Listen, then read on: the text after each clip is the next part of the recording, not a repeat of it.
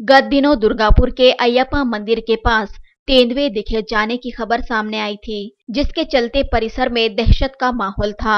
और अब दुर्गापुर अय्यप्पा मंदिर रोड से लगे डीआरसी अंडरग्राउंड सिनाला खदान के हॉलेज रूम में 6 फीट मशीन के गड्ढे से तेंदुए का शव बरामद हुआ, जिससे लोगों में खलबली मच गई।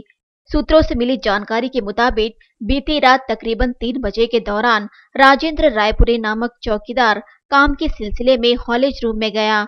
उसे तेज बदबू और मक्खियां भिनाती हुई दिखी। गड्ढे में ताकने पर चौकीदार को तेंदुआ मृत अवस्था में दिखाई पड़ा, जिसकी जानकारी उसने अधिकारियों को दी। बोला, माझं नाव राजेंद्र रायपुरे।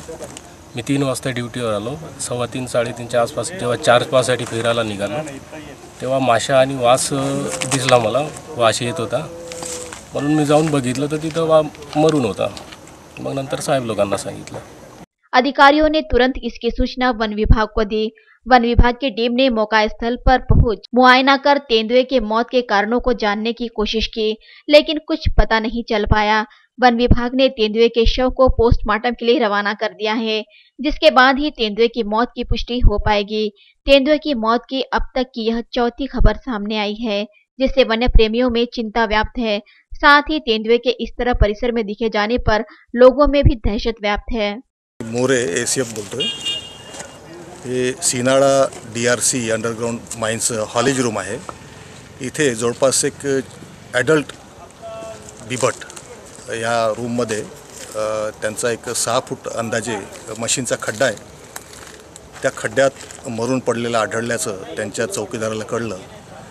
त्यांनी फॉरेस्ट डिपार्टमेंटला माहिती दिल्यावरून आमचे सर्व कर्मचारी, मी स्वतः इथे उपस्थित होऊन त्याचं परिसराची पाहणी केली आणि बिबटचं मृत्यूचं कारण शोधण्यासाठी पोस्टमार्टम करण्यासाठी त्याला कार्यालयात हलवण्यात आलं। बिबट्याला सध्या तरी माराची पोझिशन कळली नाही, कारण त्या जागेवर अंधार असल्यामुळे पाहता आले नाही।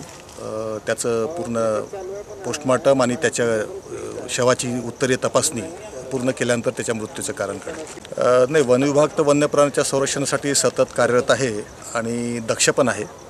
कॅमेरा ट्रॅपनी आणि गस्तीनी त्याचा मागोवा घेतला जातो आणि मृत्यूचे कारण आता कळल्यानंतर कशामुळे झालं हे निश्चित नाही। वन विभाग दुर्लक्ष करत नाही, कारण जसं त्याचं इथे अधिवास आहे, हॅबिटॅटसारखं क्षेत्र आहे, जंगल आहे, पाणी आहे, खाद्य आहे, तर तो येतो म्हणजेच लोकांनी बिबट पाहिला म्हणजे त्याला काही केलं पाहिजे असं काही नाही। त्याच्यावर आम्ही नजर ठेवून असतो।